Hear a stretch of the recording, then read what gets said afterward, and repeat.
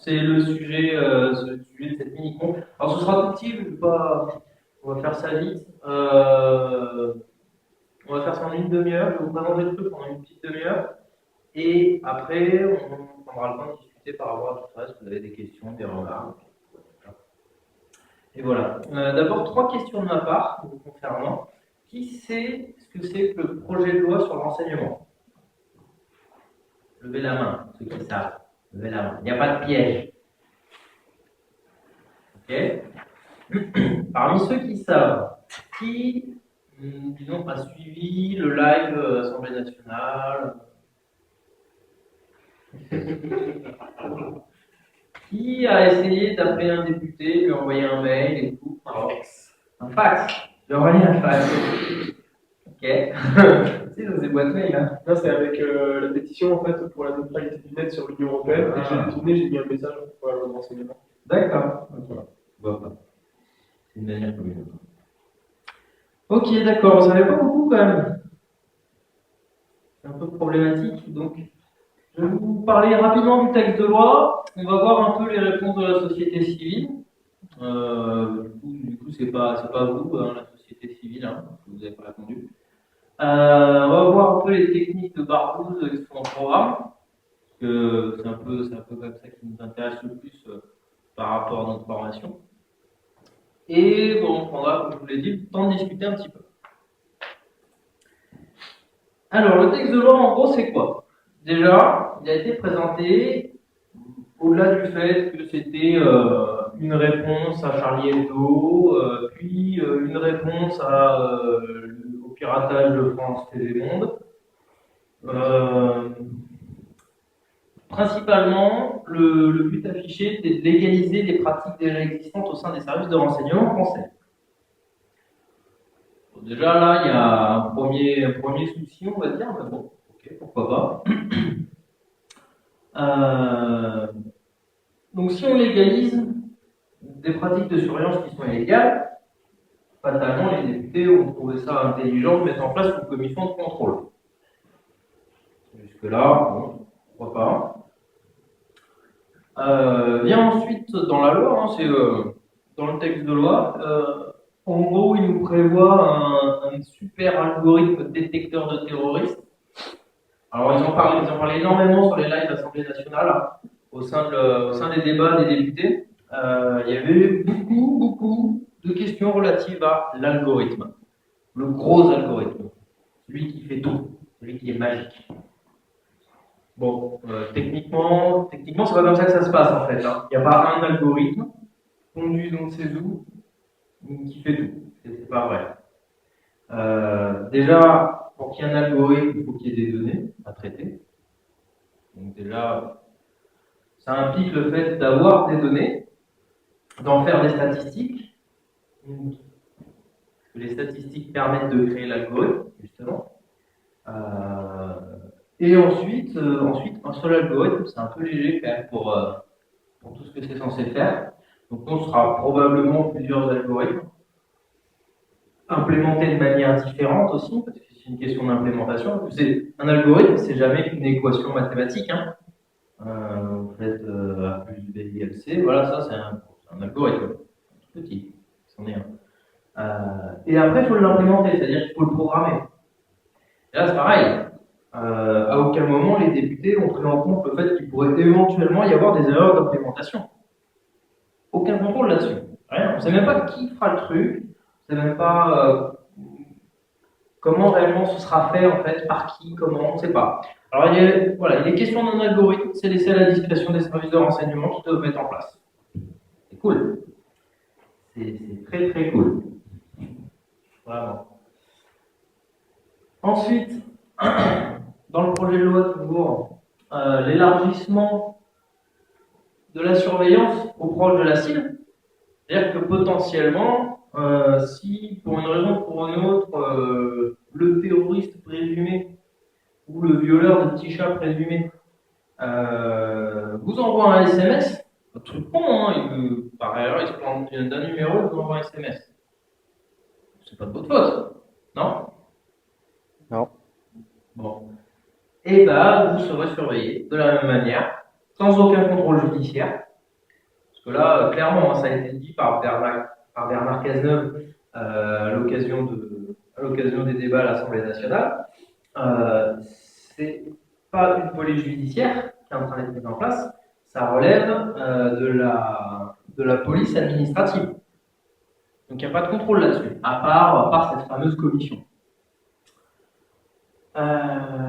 Et au-delà de ça, en toute fin, on va dire, un peu en corollaire du texte, on va prévoir un peu l'avenir de la surveillance en France dans les années à venir. Alors là aussi, ça pose problème parce que du coup, qu'est-ce que ça fait Au contraire de la plupart des lois actuellement en vigueur et des principes de droit qui régissent la France, là, on va faire une loi très floue. D'habitude, on faisait quelque chose de très ciblé, justement, pour éviter toute erreur d'interprétation. C'est-à-dire qu'en France, on se base sur la loi et la jurisprudence, mais les législateurs, ceux qui font la loi, s'arrangent toujours pour faire en sorte que la loi soit suffisamment précise pour éviter qu'il y ait des interprétations trop larges. Il y a trop de possibilités. Et là, non. Là, en fait, on va ouvrir la porte à tout et n'importe quoi à base de mots super vagues, système d'interception. Voilà. Système d'interception. Ça vous parle, système d'interception? Vous avez déjà travaillé sur un système d'interception? Non. Non? Bon, en fait, si. Très probablement, si vous avez utilisé un firewall, un proxy, ce que vous voulez, si vous avez testé du man in the middle, bon, voilà, tout ça c'est des systèmes d'interception. Hein. Je pense que vous le savez au final. Mais bon, voilà, ça peut être tout et n'importe quoi. Ça peut être un firewall stateless, stateful, ce que vous voulez. Un firewall proxy, un peu comme dans CEH. Hein. Bref, c'est un petit peu le bordel. Alors actuellement, il y a la CNIS, c'est la Commission nationale par rapport au service de renseignement. Je vais vous dire ça exactement. Commission de contrôle des interceptions de sécurité, voilà, c'est la CNIS. Donc ça, c'est la commission qui est actuellement en vigueur pour contrôler un peu l'action des services de renseignement. Et ce sera remplacé par cette loi par le CNCTR, Commission nationale de contrôle des techniques de renseignement.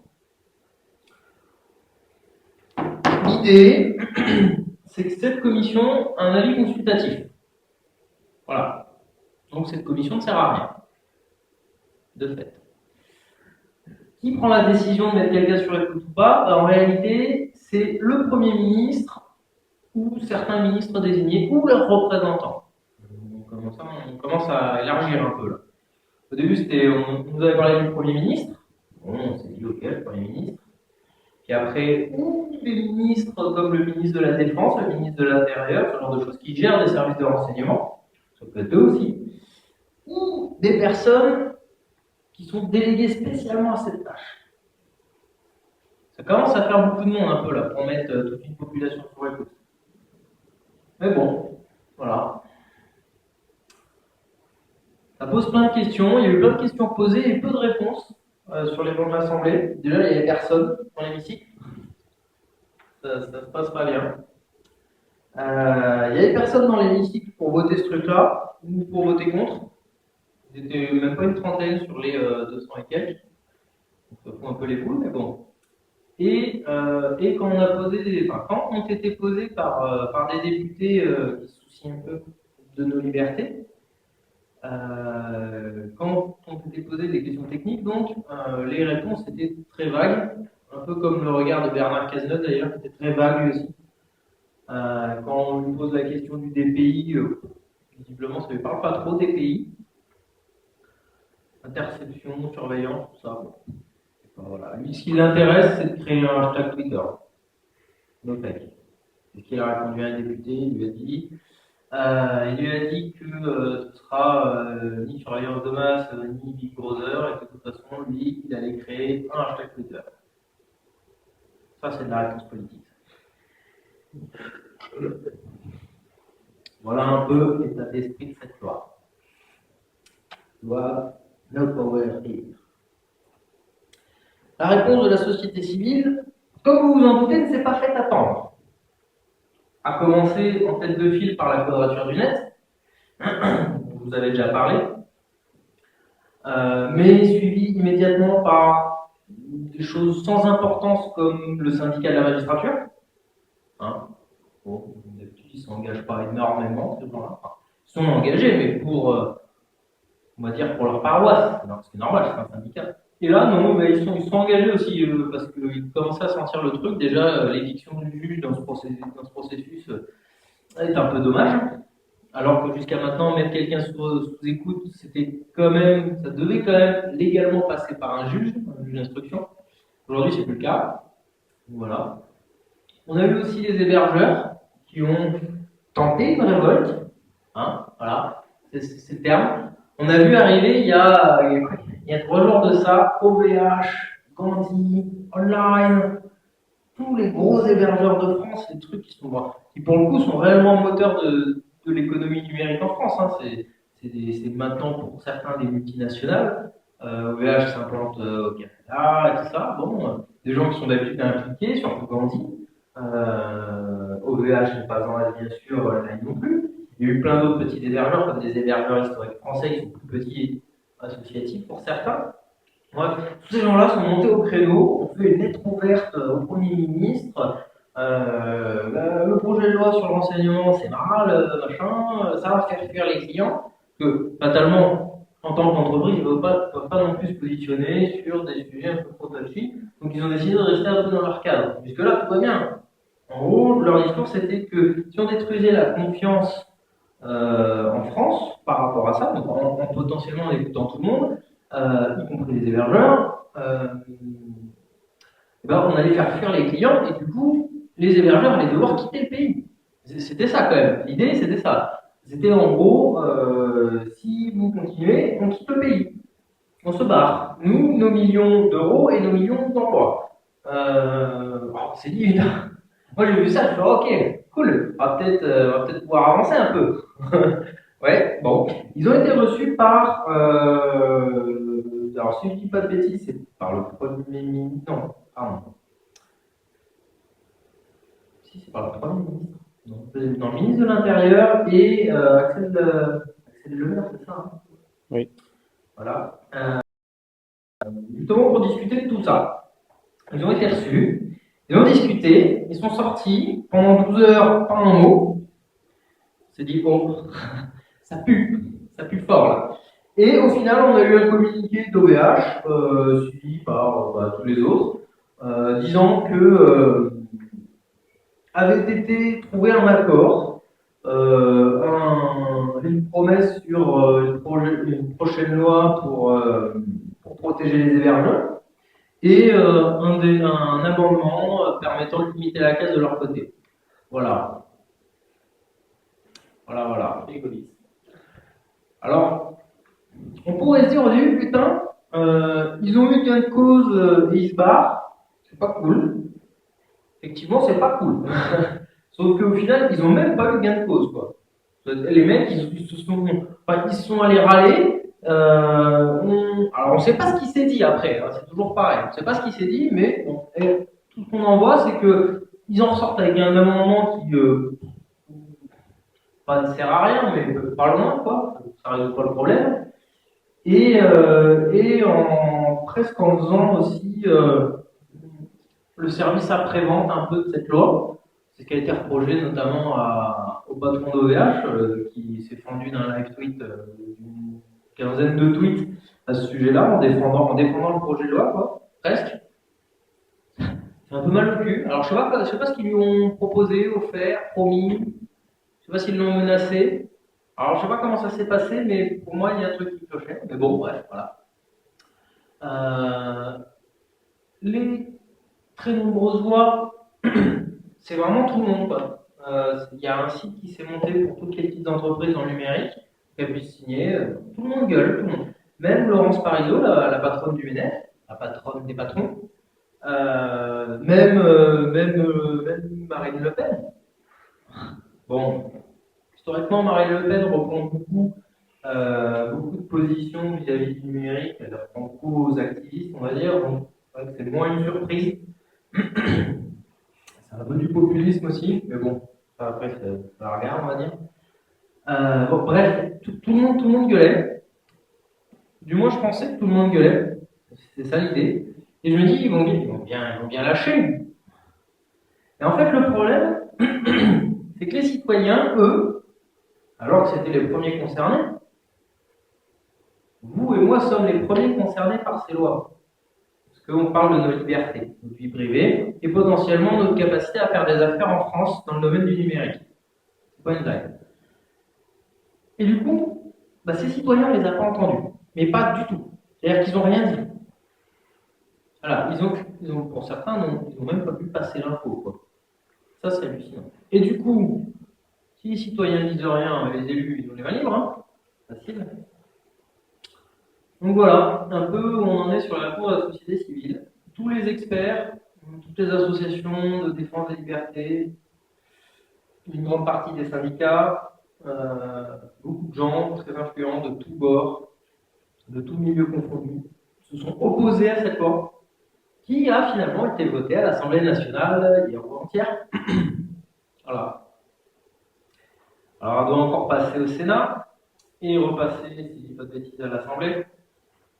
Et ensuite, on l'espère, on aura droit à une belle QPC, question prioritaire de constitutionnalité, qui en fait est une procédure normale pour demander au Conseil constitutionnel d'évaluer la constitutionnalité de cette loi, donc à savoir si elle est conforme à la Constitution. Alors, je ne pas de dessin, elle n'est pas conforme à la Constitution. C'est pas marqué ça dans la Constitution que le gouvernement va faire ça. Mais visiblement, c'est pas sûr que le Conseil constitutionnel, qui est composé de politiciens, fasse quelque chose. Voilà, en résumé, ce qui se passe à l'Assemblée. Maintenant, on va approcher un peu les techniques de Barbouze. En gros, qu'est-ce qui est mis en place, va être mis en place? Alors, le cas du DPI est un peu particulier parce qu'en fait, Bernard Cazeneuve dit non, il n'y aura pas de DPI. Quel est l'objectif de cette loi et des services de renseignement? C'est d'accéder aux métadonnées et aux données de tout paquet passant sur le réseau. Ça veut dire, en gros, qu'il faut intercepter de la couche 2 à la couche 7 du modèle OSI. Donc en gros, on laisse que la partie physique de côté. Bon, okay. Alors, on va faire une recherche sur Google, on se dit qu'est-ce qui intercepte de la couche 2 à la couche 7? Alors voilà, ce qui intercepte ces couches-là, c'est un firewall stateful couplé à un IDS ou un IPF. Entre autres choses, c'est la définition parfaite et exacte du DPI. Voilà. Et il n'y a aucune autre manière de le faire. C'est-à-dire que s'ils veulent faire ce qui est prévu dans la loi, ils vont faire du DPI. Il n'y a rien d'autre. Les fameuses boîtes noires dont ils n'arrêtent pas de parler, c'est du DPI. Ça ne peut rien être d'autre. Juste rien d'autre. Hein. Réellement, il n'y a rien. Le DPI, c'est un ensemble de techniques, un ensemble d'outils, un ensemble de moyens regroupés sous un même terme qui servent à faire de l'interception en profondeur des paquets. C'est-à-dire qu'on va regarder le flux réellement. Et c'est assez large pour englober tout, ce qui fait de l'interception de paquets. Donc, ça ne peut pas être autre chose que du DPI en fait.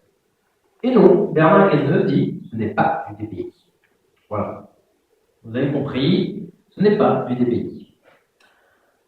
Ils ne font pas de DPI, ils ne vont pas en faire. Et on ne sait même pas où ça va être placé. Hein. Parce que le député Tardy avait soulevé cette question intéressante. Alors, les boîtes noires, pour que ça capte tout, où est-ce qu'on les met? On les met dans les data centers des opérateurs, sur des nœuds particuliers. Mais au final, pour être sûr de tout capter, il faut mettre ça sur tous les nœuds du réseau des opérateurs. C'est-à-dire qu'une boîte noire, sera présente sur chacun des nœuds de l'opérateur. Et là, la question qui fâche, combien ça coûte? Les solutions de renseignement, il y en a beaucoup. Il y en a même énormément. Ils auront notamment le droit maintenant de sonoriser vos véhicules. Alors, sonoriser, c'est poser un micro. Ils pourront sonoriser aussi votre appartement. Voilà. Alors, ils disent de la merde, de long, large et en travers, s'ils n'ont aucune connaissance technique. Ne vous figurez pas que parce qu'ils sont totalement incompétents, ce genre de choses ne sera pas mis en place. Pourquoi? Parce que dans les services de renseignement français, contrairement à un peu ce qu'on peut penser des services de renseignement français, que ce soit intérieur ou extérieur, c'est pas les plus manchots du monde non plus. Loin de là. Et que s'ils ont envie de mettre toute une population sous des pays, ils le feront. Ils le feront bien. Et ça va coûter cher, et ça va faire tout le monde. Donc voilà un peu où on en est avec le projet de loi sur l'enseignement. Qu'est-ce qu'il reste à faire? Là honnêtement, je peux vous dire pas grand chose. C'est déjà trop tard. Il fallait se réveiller avant. Pour la suite, il faut rester attentif, je pense. Je pense que c'est le gros défaut. C'est qu'on n'est pas assez attentif par rapport à tout ça. D'une certaine manière, on ne s'intéresse pas assez à la politique, non pas en tant qu'engagement politique pour un parti ou pour un autre, mais au moins d'avoir une espèce de veille politique, de la même manière qu'on ferait une veille technologique. C'est-à-dire que c'est quand même important de regarder un peu ce qui se passe du côté de l'Assemblée, voir un peu les lois qui passent, parce que potentiellement, voilà, il y a ce genre de loi qui passe, qui intéresse personne, parce que c'est très technique. C'est technique et juridiquement et informatiquement. Donc, ça intéresse absolument personne. Et on se retrouve avec des lois comme ça qui nous rapprochent jour après jour un peu plus du monde d'Orwell. Le parallèle est facile. Et en même temps est tellement vrai. C'est hallucinant comment ce texte de loi a changé beaucoup de choses. Voilà, j'en ai fini, je vous ai fait une rapide présentation. J'espère que ça vous aura non pas appris beaucoup de choses, mais surtout incité à aller vous renseigner. N'hésitez pas à aller lire le texte de loi de cette loi sur le site Légifrance. Il n'est pas long, je vous le promets. Il n'est pas très compliqué. Ça reste un peu du jargon législatif, mais ça reste compréhensible par le commun des mortels, contrairement à certaines autres lois, en fait, clairement n'importe quoi. Là, ça reste compréhensible. Allez le lire, ça vous prend. Moi, ça m'a pris 10-20 minutes à lire, c'était vraiment rien. Et quand je l'ai lu, je me suis vraiment rendu compte que ça peut être grave. Donc n'hésitez pas aussi à vous rapprocher de la Quadrature du Net, qui est l'une des seules réelles associations qui défend vos libertés sur Internet, qui défend un Internet neutre et ouvert, et au final, qui vous défend vous, en fait. Même si vous ne savez pas toujours. Est-ce que vous avez des questions ?